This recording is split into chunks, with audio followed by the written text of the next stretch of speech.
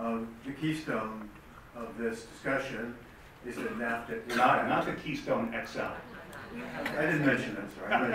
I meant the essential element here, the basis of all of this, is that NAFTA has been a failure, it is evil, and has to be corrected. I wonder if there's anybody on the platform who could make the case for NAFTA. Has it not, in some aspects, been quite beneficial to both sides? Thanks, Bob. That's a great question. Yuri and Matt, you're the two most likely. Hello.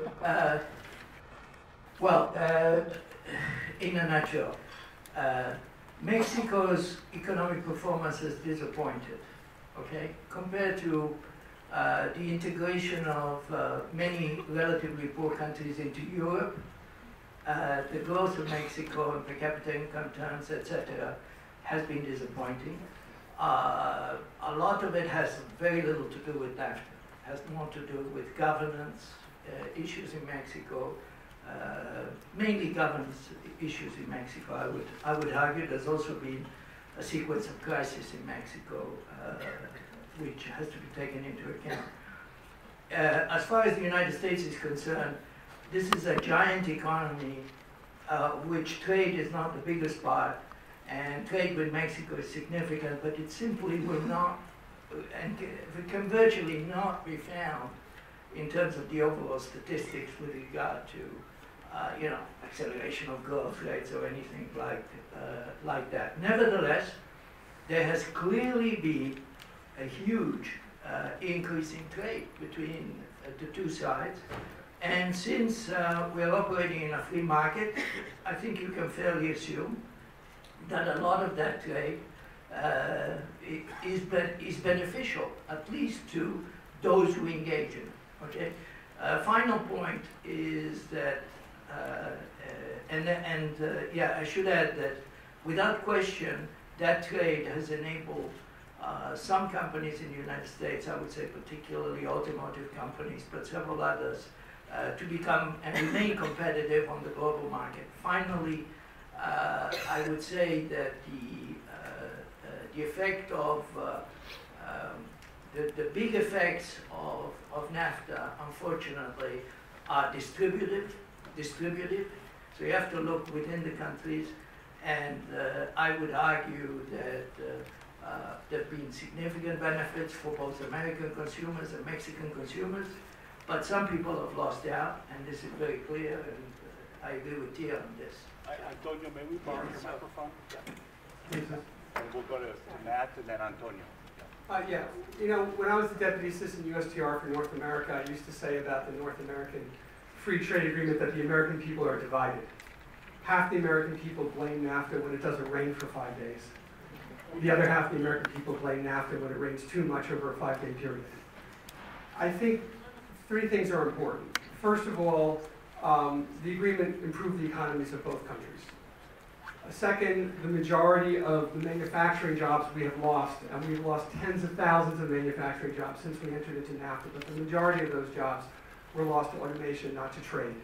And it's because of NAFTA and the Uruguay round agreements that we were able to bring in a larger number of better jobs in other sectors, although quite obviously the individuals who lost jobs in manufacturing were not geographically or otherwise positioned to take the incoming jobs. And certainly there are so many disappointments with NAFTA. There are so many things we'd like to improve, so many things that could be better, but I think on the whole, the overall, it was truly a great thing for America. And the last point is that if you ask any national security expert, what are the four biggest national security assets of the United States, 100 out of 100 experts will tell you they are the Atlantic Ocean, the Pacific Ocean, our relationship with Canada, and our relationship with Mexico.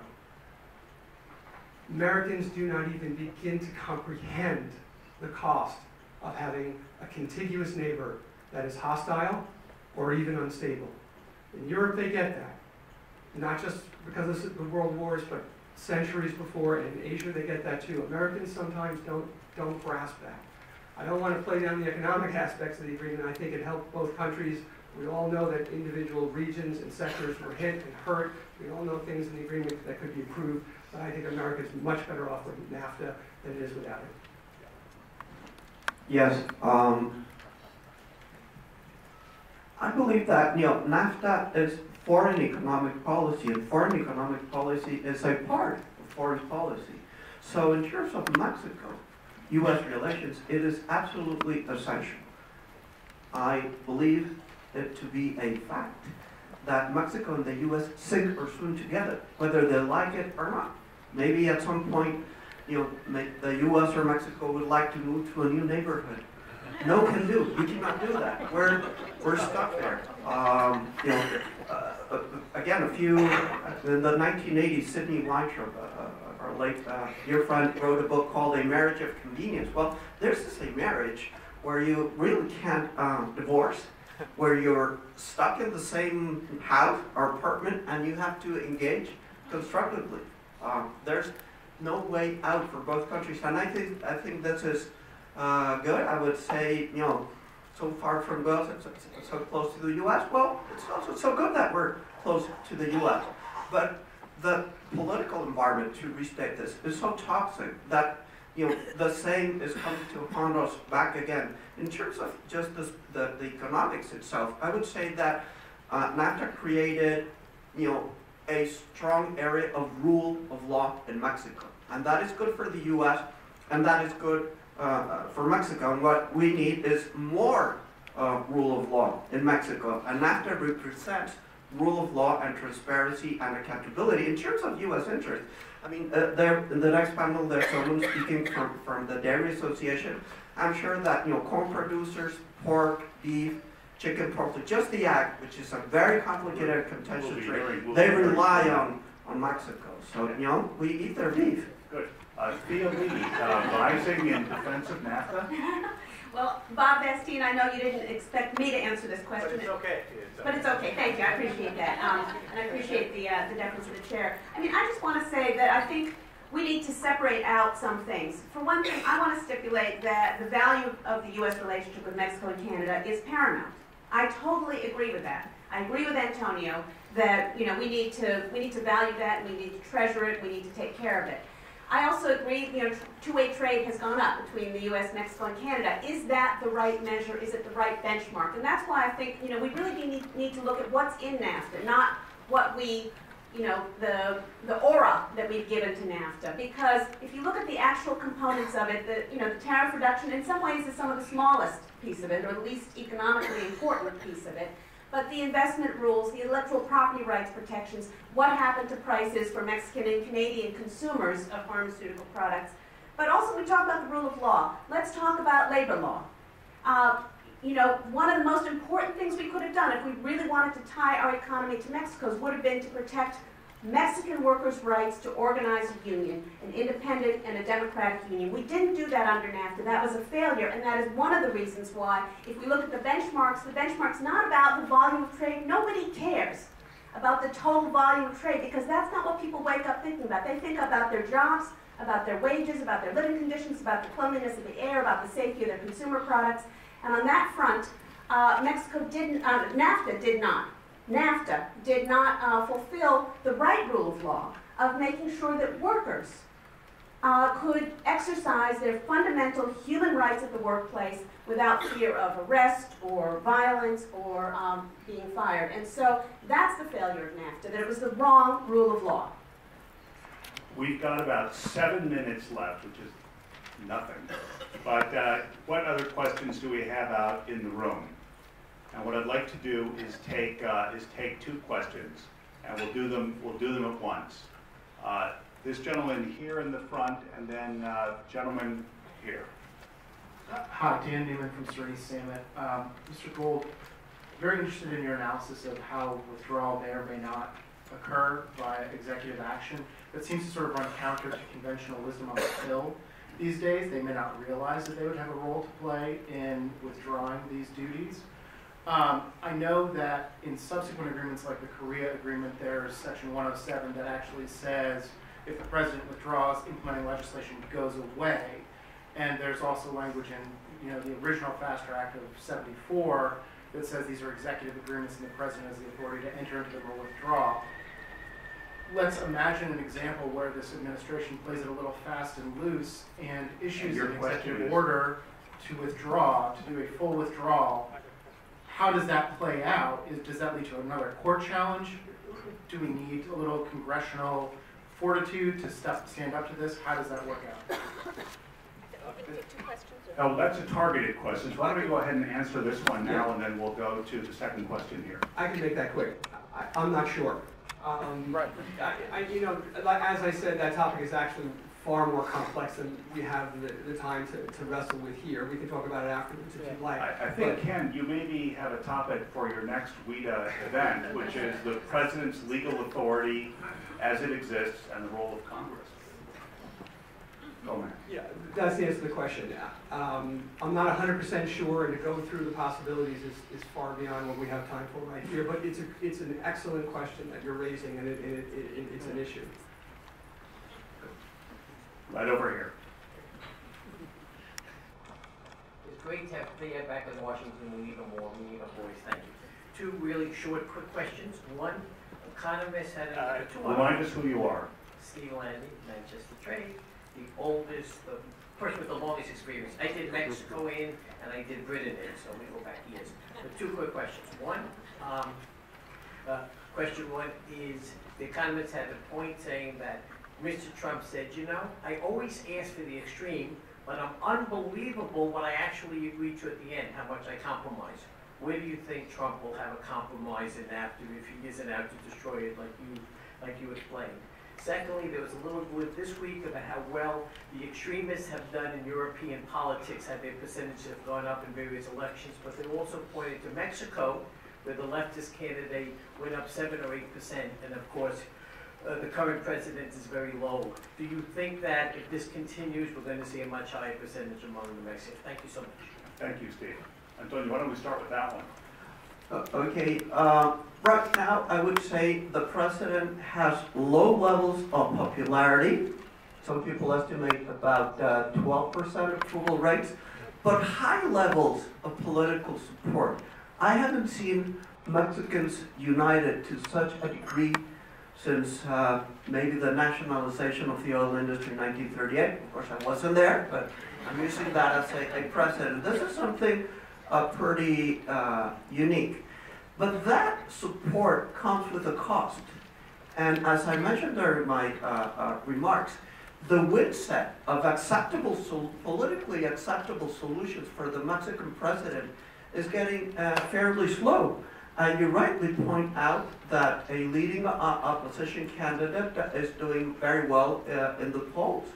And relations could be much more complex and problematic between Mexico and the U.S.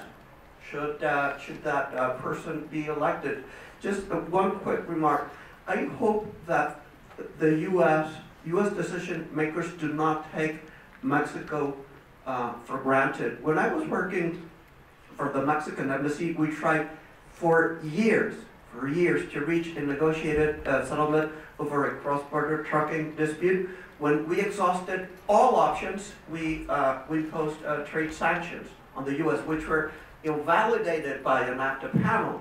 And suddenly, a number of members of Congress discovered that Mexico was vital for their exports of agricultural goods, for manufacturing. Sometimes people appreciate something when they lose it. I hope we don't wait until that. And the other part of Steve's question. Where's Trump going to compromise? Yeah, where is Trump going to compromise?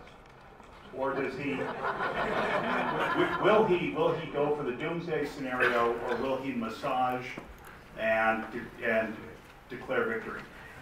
I don't think there's an absolute answer to that question. This is a game.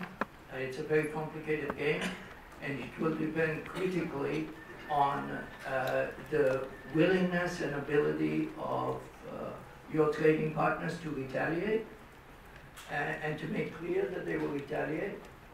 And second, it will depend critically on the ability of those in the United States who clearly are going to lose out from a collapse of NAFTA to make their voices heard. So there's no absolute answer. A lot of it, unfortunately, I'm an economist, but I have to reduce it to this. You have to have guts. That's what it's about. One of the things that both Donald Trump and Peter Navarro have been very clear on is that they hate multilateral agreements and they want bilateral agreements. Navarro, in this interview he gave last week, said, oh, TPP is not dead. It's dead as a multilateral agreement. We're going to have bilateral agreements with each of the countries over there with whom we have trading relationships. Think about that in the NAFTA context. It would be very easy for Trump and Trudeau to sit down and have a bilateral Canada agreement. Not, you know, would we ever solve softwood lumber, salmon, or some of these other issues? Maybe not. But you can easily see the two of them reaching an agreement because the trade between the countries is balanced. And from Steve Bannon's perspective, you know, Canada looks a lot like us. And on the Mexico side, I think maybe no relationship, maybe no NAFTA with Mexico, no agreement with Mexico. We might wind up with a true two-speed North America with a US-Canada trade agreement, and with Mexico, NAFTA zero. Matt? I think if President Trump really wants to end NAFTA, one way or another, he'll eventually get there. I think if he really wants to renegotiate it, the biggest mistake you can make trying to predict what's going to happen is to forget that Canada and Mexico have equal voices in that conversation. And he won't be making that decision by himself. Anyone else want to comment? Yeah. Well, I'm just commenting to say that I don't know, you know, what ends up happening or where the fault line is, but I think it would be a mistake to, you know, not take this conversation very seriously because there's a lot at stake here, and you know, the labor movement is going to weigh in. We're going to outline, you know, the issues that we've had, particularly the labor and environmental side agreements with the investor state, with procurement.